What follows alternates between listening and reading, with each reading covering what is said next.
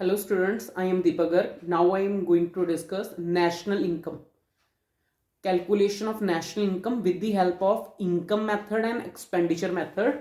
आज हम एक प्रैक्टिकल को यूज करते हुए नेशनल इनकम को इनकम मेथड और एक्सपेंडिचर मेथड से कैसे कैलकुलेट करेंगे उसके बारे में हम सीखेंगे।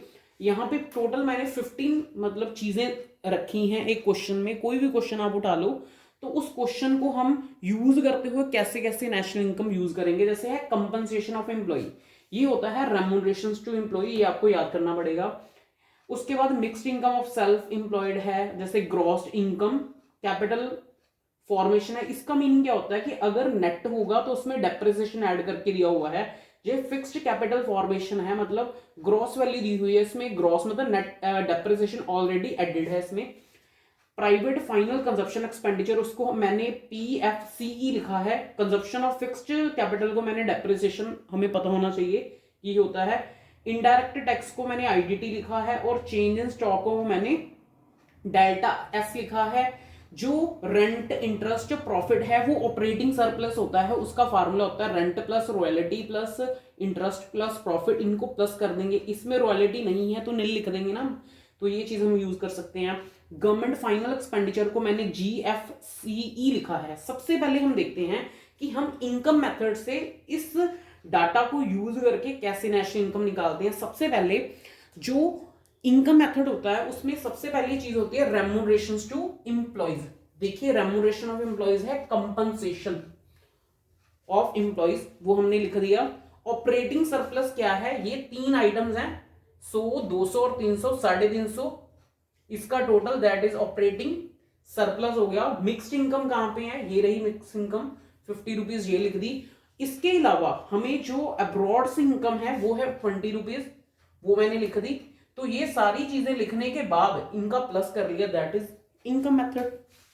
अगर वो कई बार सिक्योरिटी के रिलेटेड कंट्रीब्यूशन दे देते हैं, उसको भी हम ऐड कर देंगे रेम्यूनरेशन टू एम्प्लॉयज में, तो हमारी national income with the help of income method निकल जाएगी।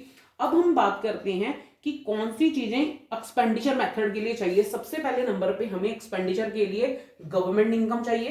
पहली चीज है गवर्नमेंट इनकम, गवर्नमेंट एक्सपेंडिचर चाहिए। सेकंड हमें ये चीज चाहिए जो प्राइवेट एक्सपेंडिचर है, ये रहा प्राइवेट एक्सपेंडिचर, उसको मैंने लिख दिया। उसके बाद मैंने लिखा ग्रॉस फिक्स्ड कैपिटल फॉर्मेशन, उसको मैंने लिखा फॉर्मूले में। नेक्स्ट मैंने लिखा चेंज इन स्टॉक, उसको डेल्टा S कहते हैं, तो उसको मैंने यहां पे लिख दिया। उसके बाद मुझे दिया हुआ एक्सपोर्ट एंड इंपोर्ट। नेट हम एक्सपोर्ट निकाल सकते हैं, लाइक एक्सपोर्ट में से इंपोर्ट माइनस करके 10 में से मैंने 20 माइनस करके यहाँ पे 10 मेंशन करा है।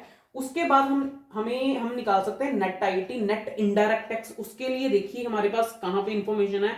उसके लिए हमारे पास एक तो इनडायरेक्ट टैक्स है, एक हमें इस फॉर्मूला में इस क्वेश्चन में सब्सिडी दी हुई है।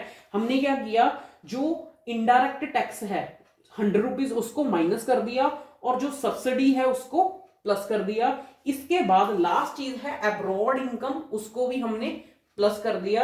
ये सारी चीजों को एड लेस करने के बाद फिर 670 रुपीज नेशनल इनकम आ गई। हमको कैसे पता लगेगा कि हम इनकम मेथड से जो हमारा नेशनल इनकम है उसको कैलकुलेट करेंगे। इसको निकालने के लिए हमें remuneration to employees, operating surplus का फॉर्मूला और मिक्स्ड इनकम और जो विदेशों से आने वाली अब्रॉड इनकम है वो पता होनी चाहिए। अगर फ्रॉम है तो ऐड करेंगे, टू है तो माइनस करेंगे।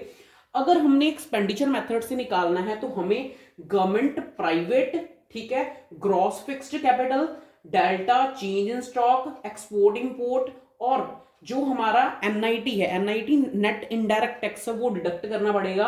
अब्रॉड इनकम वो प्लस करनी पड़ेगी, फिर हमारी नेशनल इनकम निकल जाएगी। अगर आपको मेरी वीडियो से नेशनल इनकम की कैलकुलेशन के रिलेटेड कुछ समझ आया है, आपको मेरी वीडियो से आइडिया हो गया है किस तरह से किस फॉर्मूले में हम भर के इसको निकाल सकते हैं, तो मेरी वीडियो को ज्यादा से ज्यादा व्यू करें, लाइक